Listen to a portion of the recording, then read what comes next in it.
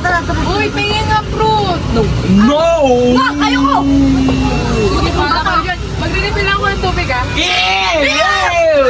Asim! Asim! Be, yung pantalon mo may tagos na. Ako'y nananapig, di naman napilitan, kusa na lang naramdaman, di inaasahan. Ba yan? Natagusan pa talaga ako, nakakainis. Okay lang yan. Ito ang modest napkin. Gamitin mo para hindi ka matuloy yung mga tagasan sa pantalon mo. Thank you so. Salamat. Ang puso giliw, di mapigil ang puso. Ang damdamin ko, mukhang mapapaamin mo. Ito naman ni Pagilay. Ano mo crap nito? Ano ka ba?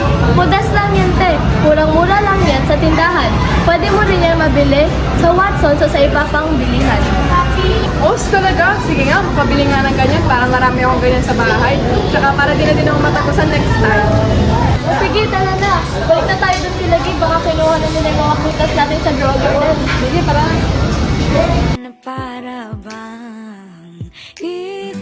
Ano? Ayos yung problema ni Maya? Kaya! Ano bang ginagawa niyo para tumigil yung dugo? Binigyan ko lang naman siya ng modest napkin. Kaya nga, salamat talaga, Inay. 6, 7. Talaga, modest napkin? Meron ka pa ba nun? Alam mo ka, El, pwede mo naman bilhin sa tindahan nun.